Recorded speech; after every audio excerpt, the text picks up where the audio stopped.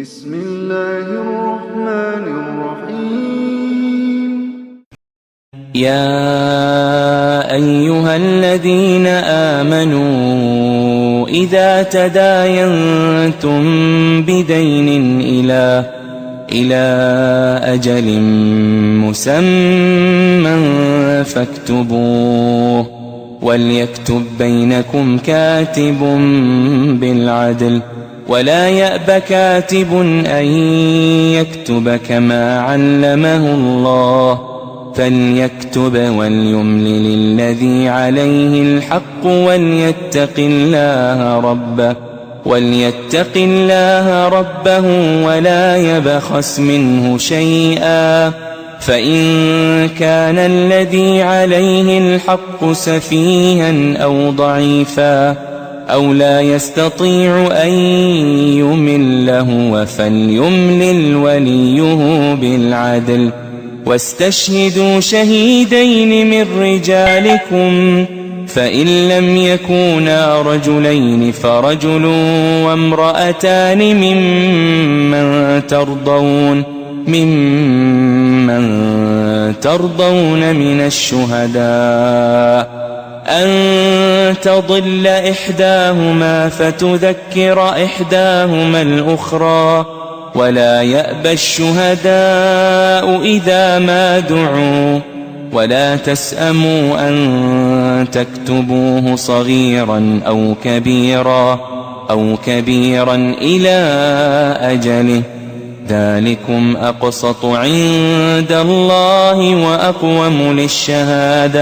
وأقوم للشهادة وأدنى ألا ترتابوا، إلا أن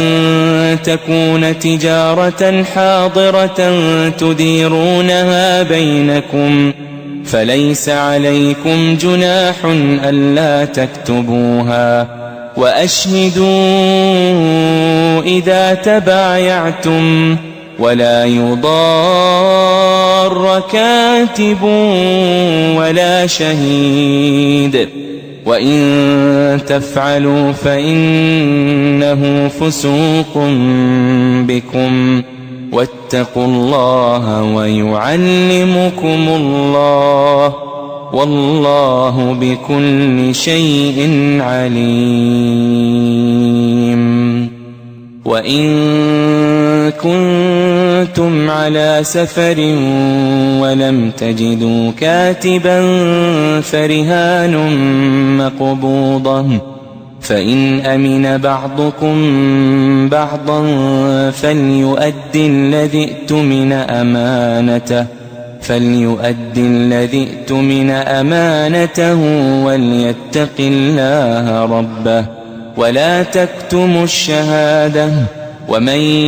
يكتمها فإنه آثم قلبه،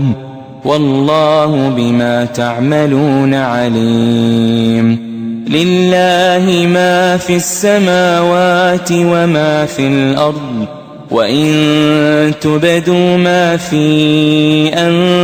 أنفسكم أو تخفوه يحاسبكم به الله، فيغفر لمن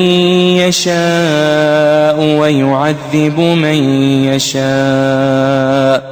والله على كل شيء قدير.